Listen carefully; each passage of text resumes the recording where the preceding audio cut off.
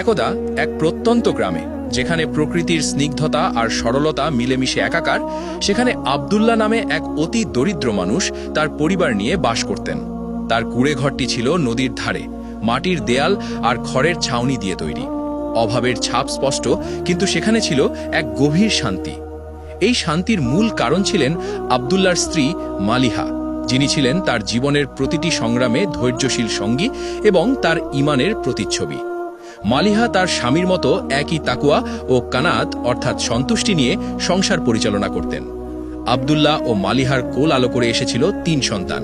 তাদের বড় ছেলে আব্দুর রহমান, যার বয়স 14, যার স্বভাবে ছিল পিতার মতো এক শান্ত, ভালো এবং তাকুয়াবান ছাপ।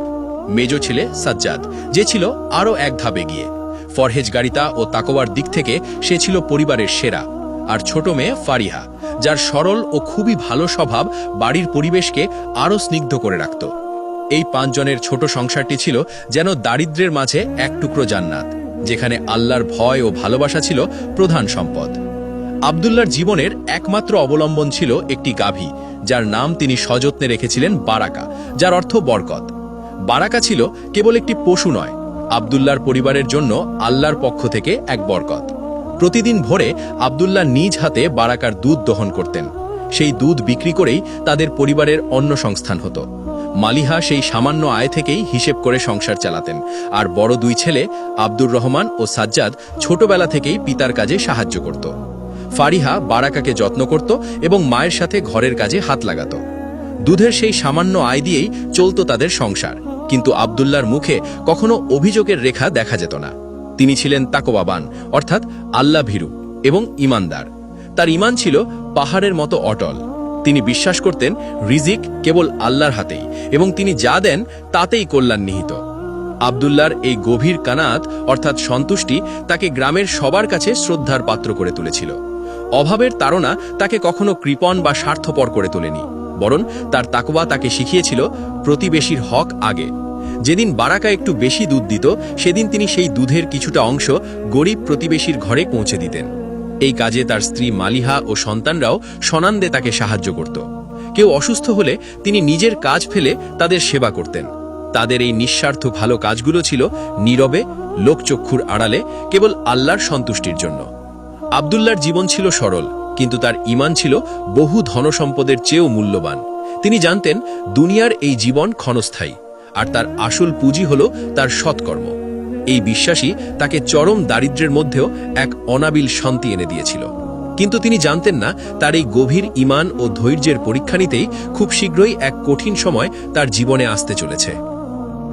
আব্দুল্লাহর জীবনে হঠাৎ নেমে এলো ঘোর অন্ধকার। সেই অন্ধকার ছিল ভোরের আলোর মতো স্পষ্ট, কিন্তু তার চেয়েও শীতল ও ভয়ঙ্কর। প্রতিদিনের মতো সেদিনও সূর্য ওঠার আগেই আব্দুল্লাহ গোয়াল ঘরে প্রবেশ করেছিলেন বারাকাকে দহন করতে। কিন্তু গোয়াল ঘরের চিরচেনা শান্ত স্নিগ্ধ পরিবেশের বদলে এক অস্বাভাবিক নীরবতা তাকে স্বাগত জানালো। বারাকা, তাদের লক্ষ্মী গাভী, মাটিতে শুয়েছিল একপাশে। তার বিশাল শরীরটা যেন নিথর, প্রাণহীন। প্রথমেই আব্দুল্লাহর চোখে পড়ল বারাকার চোখ দুটি। সেখানে নেই সেই পরিচিত দীপ্তি, বরং এক গভীর ক্লান্তিকর শূন্যতা। গাভীটি তার প্রিয় খড়কুটো স্পর্শও করেনি, যা দেখে আব্দুল্লাহর বুক কেঁপে উঠল।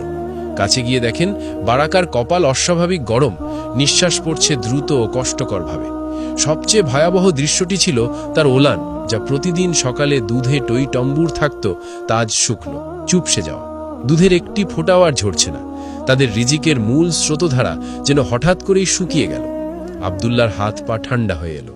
বারাকা শুধু একটি গাভী ছিল না, সে ছিল তাদের পরিবারের একজন সদস্য, তাদের অর্থনৈতিক মেরুদণ্ড।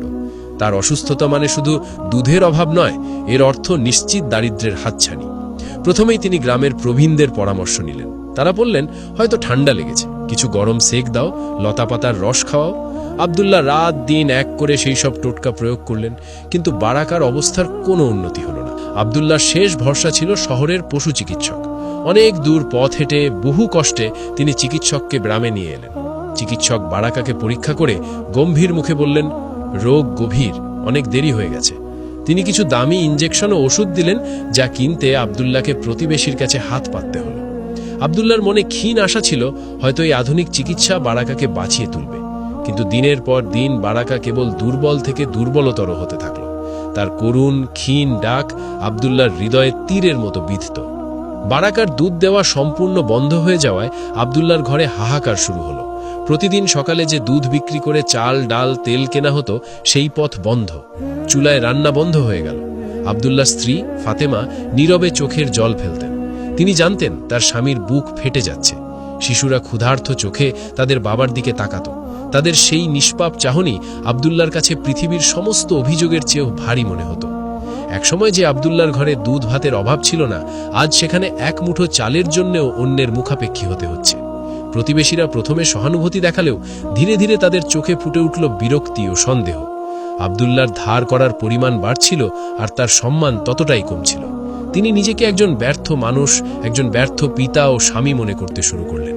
গোয়াল ঘরে বারাকার পাশে বসে আব্দুল্লাহর রাত কাটত। তিনি তার প্রিয় গাভীটির কপালে হাত রেখে ফিসফিস করে কথা বলতেন, যেন তার কথা বারাকা বুঝতে পারে। চরম দারিদ্র অসহায়ত্বের এই সময়টিতে তার ধৈর্য সবর ছিল একমাত্র অবলম্বন। তিনি জানতেন এই কঠিন পরীক্ষা আল্লাহর পক্ষ থেকে এসেছে। তিনি মনে মনে নিজেকে বোঝাতেন, রিজিকদাতা আল্লাহ, বারাকা ছিল শুধু একটি মাধ্যম। আল্লাহ যদি চান তবে এই চরম দুর্দশার মধ্যেও তিনি পথ দেখাবেন। বুক ফেটে গেলেও তিনি মুখে কোনো অভিযোগ আনতেন না। তার এই নীরব ধৈর্যই ছিল ঘোর অন্ধকারের মধ্যে তার একমাত্র প্রদীপের আলো। তিনি অপেক্ষা করছিলেন কখন এই কঠিন রাত শেষ হবে আর নতুন দিনের সূর্য উঠবে। কিন্তু সেই অপেক্ষার প্রহর যেন আর শেষ হতে চাইত না।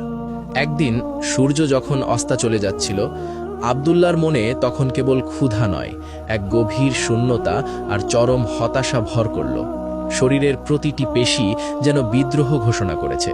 কিন্তু তার চেয়েও অসহনীয় ছিল তার সন্তানদের করুণ মুখগুলো। ক্ষুধার জ্বালায় তাদের ফ্যাকাশে ঠোঁট আর নিস্তেজ চোখ দেখে আব্দুল্লাহর বুক ফেটে যাচ্ছিল। ঠিক তখনই ইবলিস শয়তান তার অন্তরে বিষাক্ত কুমন্ত্রণা দিতে শুরু করল। ফিসফিস করে বলল, তুমি এত ভালো কাজ করো, প্রতি রাতে তাহাজ্জুদ পড়ো, প্রতিবেশীর হক আদায় করো, এত তাকওয়া মেনে চলো, তবুও আল্লাহ তোমার এই সামান্য রিজিকটুকুও কিলে নিলেন। তোমার ইবাদত কি তবে লোক দেখানো ছিল? তোমার এতদিনের ধৈর্য কি বৃথা গেল? আব্দুল্লাহর মাথা ঝিমঝিম করছিল, কিন্তু তার ঈমান ছিল পাহাড়ের মতো অটল। তিনি দ্রুত নিজেকে সামলে নিলেন। তিনি জানতেন এই সময়টিই হলো মুমিনের আসল পরীক্ষা। আল্লাহ তার বান্দাকে পরীক্ষা করেন যেন সে তার দিকে আরও বেশি মনোযোগী হয়, যেন সে দুনিয়ার মোহ ত্যাগ করে কেবল তারই ওপর ভরসা করতে শেখে। তিনি পবিত্র কোরআনের সেই আয়াতটি স্মরণ করলেন যা তার হৃদয়ে শীতলতা এনে দিল। আর যারা ঈমান এনেছে এবং সৎকর্ম করেছে, আমরা অবশ্যই তাদের কর্মফল নষ্ট করব না। সূরা আল কাহাফ 18:30। তিনি বিশ্বাস রাখলেন আল্লাহ কখনো কোনো ভালো কাজকে বৃথা যেতে দেন না। হয়তো এই কষ্টের আড়ালেই লুকিয়ে আছে কোনো মহাকল্যাণ। তিনি মনে মনে দৃঢ় প্রতিজ্ঞা করলেন, এই কঠিন পরিস্থিতিতেও তিনি আল্লাহর প্রতি তার সবর, ধৈর্য এবং তাকওয়া, আল্লাহ ভীতি থেকে এক চুলও বিচ্যুত হবেন না। রাস্তায় আল্লাহর কাছে ফরিয়াদ। সেই রাতে যখন ক্ষুধার জ্বালায় সন্তানেরা কেবল কাঁদছিল না, বরং দুর্বল হয়ে নিস্তেজ হয়ে পড়েছিল, আব্দুল্লাহ আর ঘরে থাকতে পারলেন না। তার স্ত্রী ফাতেমা নীরবে চোখের জল ফেলছিলেন, কিন্তু একটিও অভিযোগের শব্দ উচ্চারণ করেননি। আব্দুল্লাহ বুঝলেন এই নীরবতা তার হৃদয়ে আরও বেশি ভার সৃষ্টি করছে। তিনি ঘর থেকে বেরিয়ে পড়লেন। উদ্দেশ্য